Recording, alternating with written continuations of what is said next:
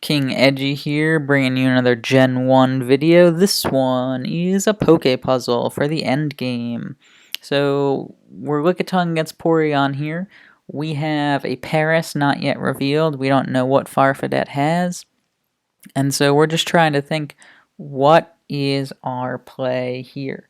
What do we want to do? How do we want to finish out this game? What should we do to optimize our chance of success? This is the point in the video where you press pause, try to think about what your best move would be, then press play and watch how the end game goes, and then throw a comment in there to say, hey, you messed this up, there was a slightly more optimal play, or, oh wow, you did make the same play I made, virtual high five, right? That sort of thing, and we'll see what happens. So take a moment, pause right now, jot down what you think the best play for us is. Again, we've got this Lickitung here and a Paris in the back.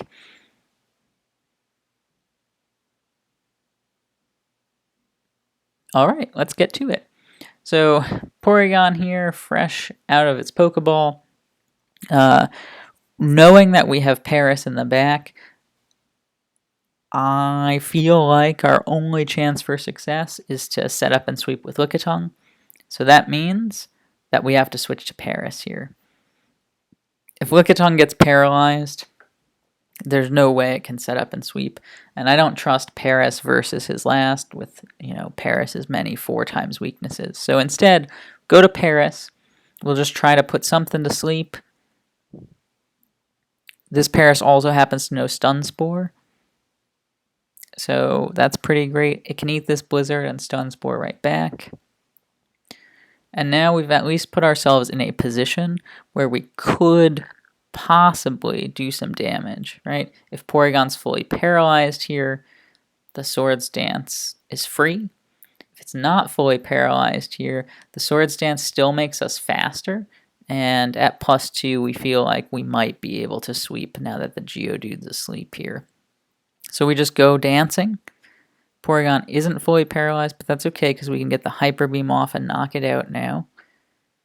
His last is Abra, so he doubles into Geodude baiting our Hyper Beam, but here it doesn't make a lot of sense because we just recharge as he switches out. And this process will continue a bit. And that's kind of what I thought maybe Farfadet would do, is like try to make sure that Geodude wakes up by staying in there after the first turn. He didn't, that's okay. Abra comes back out, hits us with the Psychic, but we survive and get the Hyper Beam for the dub. Let's go. So again, it's just one of those things, right? You think about the end game, you think about your win condition. Here it was choose either Lickitung or Paris to wrap things up for you. We said we feel better about Lickitung than about Paris, especially because Farfadet had 3 Pokemon left. Maybe Paris puts one of them to sleep, but then what's Paris gonna do, right? It can't take all 3. No way. No way. Too many pivots. And Paris could not have beaten the Porygon, so that was that situation. I think we made the right call. We ended up winning, which was awesome. Not always the case with some of these end-game decisions, but was that the move that you made, switching out to Paris? Let me know your thoughts. I thought it was the right play, but I'm happy to see some probability breakdowns to learn that I'm wrong and to improve my battling a little bit. So throw me a comment. Let me know what you would have done or what you should have done in that situation. Again, thanks so much for watching, and I'll see you in the next video.